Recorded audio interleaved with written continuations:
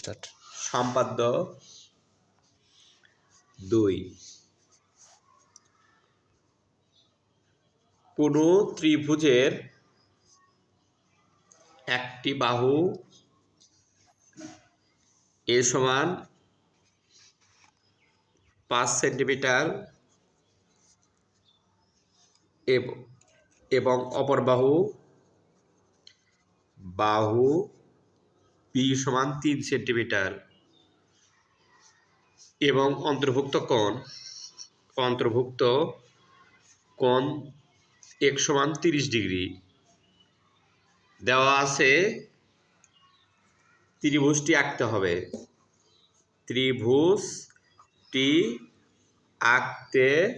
হবে। উল্লেখ্য যে তোমাদের বইয়ের প্রশ্ন ছিল কোনো ত্রিভুজের একটি বাহু এবং একটি সূক্ষ্মকোণ দেওয়া আছে এবং অপর বাহুর অন্তর দেওয়া আছে। এখানে তোমরা মনে রাখবা, প্রথম বাহু যেটা দেওয়া থাকবে দ্বিতীয় বাহুর যদি তার চেয়ে কম হয় এটাই হচ্ছে অন্তর। আমরা সম্পাদ্য 2 অঙ্কন করব। প্রথমে একটি বাহু 5 সেন্টিমিটার দেওয়া আছে। আমরা স্কেলের সাহায্যে 5 সেন্টিমিটার কেটে নেই। এ সমান 5 সেন্টিমিটার এবং অপর বাহু 3 সেন্টিমিটার দেওয়া আছে। আমরা 3 সেন্টিমিটার কেটে নেই, 0 থেকে 3 পর্যন্ত 3 সেন্টিমিটার। এই ক্ষেত্রে অবশ্যই সূক্ষ্মকোণ, অবশ্যই প্রশ্ন দেওয়া থাকবে সূক্ষ্মকোণ দেওয়া আছে 30 ডিগ্রি। আমরা সাদার সাথে 30 ডিগ্রি কোণ অঙ্কন করে নেই। তোমরা এই কোণ অঙ্কনের ক্ষেত্রে এটা একটু পরে নিবা, না স্যার খাতার মুড়ি হলে টাকা একটু কষ্ট করা হয়। এই যে 30 ডিগ্রি চাঁদার সাহায্যে আমরা পেপে নিলাম। এটা আমরা 30 ডিগ্রি এক্স কোণ সমান 30 ডিগ্রি আঁকলাম। যেগুলো রেখা আমরা বি নিলাম, যেগুলো রেখা বি নেই,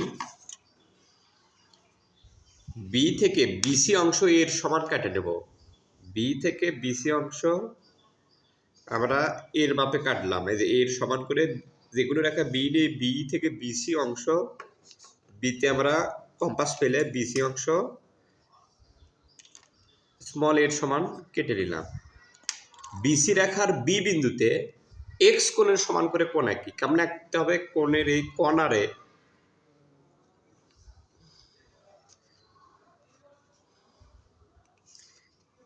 কর্নারে এরকম করে আমরা মাপ দেব। এটাও এই বিতে এই কর্নারে স্থাপন করতে হবে।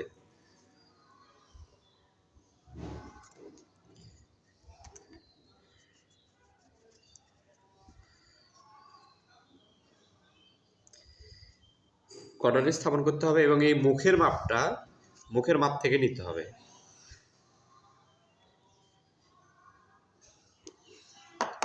এরকম করে আমরা যেখানে সেট করলো ওখানে একটা ডট দিলাম। তাহলে প্রশ্ন হচ্ছে বিসি রেখার বি বিন্দুতে এক্স কোণের সমান করে আমরা কোণ আঁকি। এই তো বিসি রেখার বি বিন্দুতে আমরা এক্স কোণের সমান করে 30 ডিগ্রি কোণ আঁকলাম। এখন বিসি রেখার বি বিন্দুতে এক্স কোণের সমান করে কোণ সি বি এফ কোণ অঙ্কন করি। ওখান থেকে বির সমান করে, কার সমান করে?